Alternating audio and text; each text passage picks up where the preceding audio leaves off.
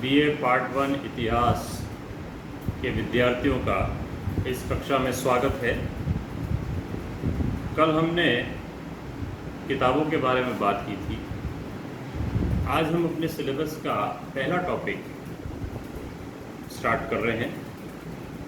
Topic है इकाई 1 का sources of medieval Indian history, Hindi में मध्यकालीन भारतीय इतिहास के स्रोत। सबसे पहले हमें ये जानना पड़ेगा कि इतिहास को कैसे परिभाषित करते हैं। इतिहास की परिभाषा विभिन्न समाजशास्त्रियों, इतिहासकारों ने और अन्य लोगों ने दे रखी है। सबसे आसान इतिहास की परिभाषा ये है कि इतिहास पिछली घटनाओं का आलोचनात्मक वर्णन है। इतिहास के प्रकार क्या हैं, इसके बारे में हम थोड़ा जानकारी प्राप्त करें। इतिहास राजनीतिक इतिहास हो सकता है, सामाजिक इतिहास हो सकता है, सांस्कृतिक इतिहास हो सकता है, आर्थिक इतिहास हो सकता है।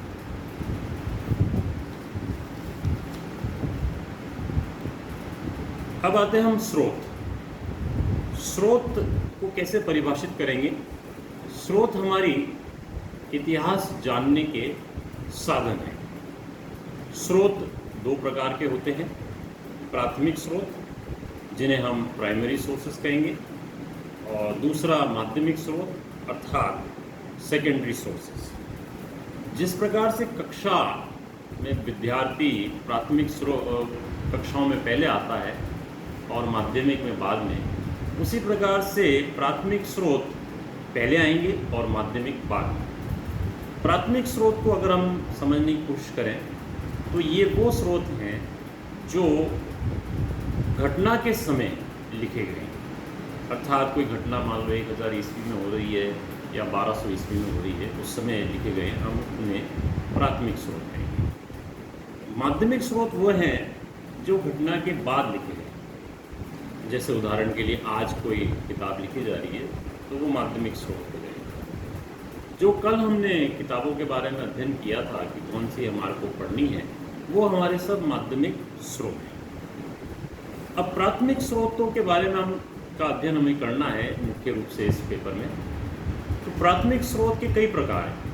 प्राथमिक स्रोत सिक्के हो सकते हैं, कॉइन्स, चित्रकला पेंटिंग हो सकती है, वास्तुकला आर्किटेक्चर का कोई नमूना हो सकता है, ग्रंथ हो सकते हैं जो विभिन्न भाषाओं में हो सकते हैं। उदाहरण के लिए अरबी भाषा में, फारसी भाषा में, लोकल लैंग्वेजेस में हमें ग्रंथ मिल सकते हैं।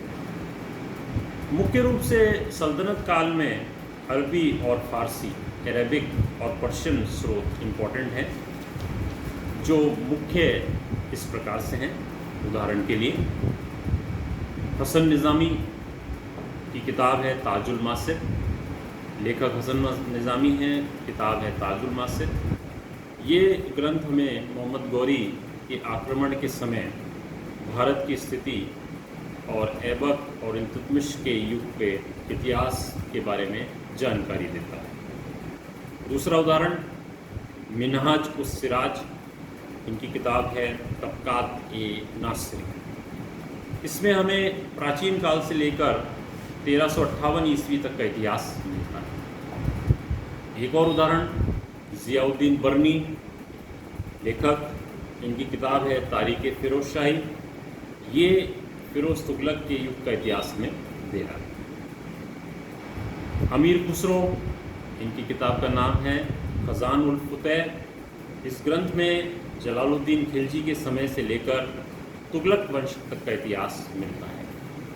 इसी तरह सल्तनत काल से अगर हम मुग़ल काल में आते हैं तो हमें कई स्रोत मिलते हैं, जैसे बाबरनामा, हुमायूंनामा, जहांगीरनामा, पातशाहनामा इत्यादि। तो ये स्रोत जो है ये हमारे इतिहास जानने के मुख्य आधार स्तंभ हैं। इनके बिना हम इतिहास नहीं पढ़ सकते। धन्यवाद विद्यार्थी।